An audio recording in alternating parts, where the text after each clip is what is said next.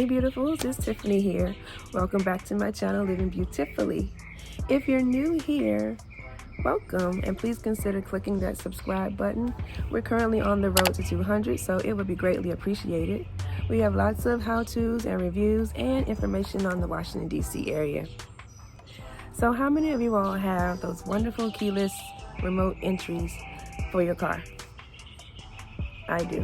They can be great, right? Especially if you're coming from the grocery store. You don't have to dig for your key. You have your bags in your hand. You can just go up to your door and pull it open. It can be really, really convenient. But, you know there's always a but. Check out this story from the Washington, D.C. area.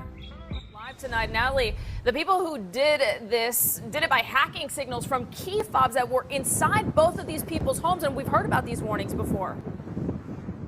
Yeah, this is a trend we've been seeing, Marina. You know, if you have a key fob like this one, a keyless entry fob, even if your car is locked, if you walk over, touch the handle, it unlocks it. That's as long as you are near the vehicle. Well, hackers have found a way to pick up the signals of these fobs, even if they're not near the car. They're able to get in the car and then drive away in your car. Take a look at the video. This is from Sunday morning at a home a few blocks away. The men pull up to the driveway. You hear a clicking sound, presumably from a skimming device, and then they hop into the car and drive away. A few minutes later, this family with 3 young children woke up to find both their Audi and Infiniti, along with everything inside of the cars, gone. Do we know how they're able to hack this? What really does this entail? So I spoke to AAA about this, and here's the thing. These fobs are always transmitting signals. So these criminals, they have a device that pick up the signals, and that's how they're able to get into the car and drive away. It's a lot more complicated than that, but that's the gist of it. There are ways to prevent it, including storing your key in a metal container inside your home, keeping it as far away from the vehicle as possible. We'll get more into all of that coming up. Yeah, so I guess that made me a little bit paranoid, a little protective. So I went on Amazon. At one point I was putting aluminum foil around my keys. That also works as well, but it can be a little inconvenient because the foil slips off. So I went on Amazon and I found this, and I will put the information in the description box below. They have plenty different types of these, but this one is the Gicent, Gicent. It's this key fob protector, and so yeah, let's check it out and see how well it works. Let's go.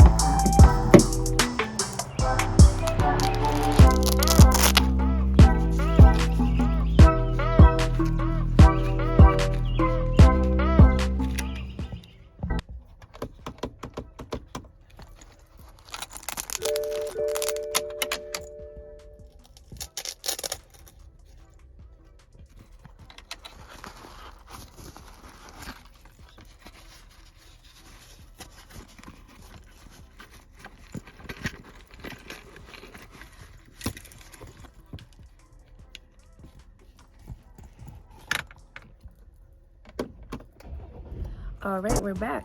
So as you can see, it worked very well. I would give it 2 beautiful thumbs up.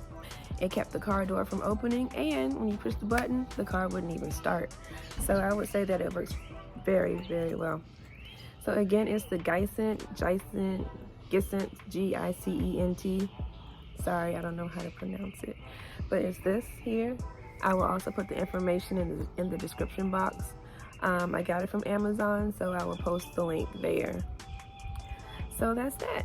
Thank you again for watching, and continue to live beautifully. Bye everyone.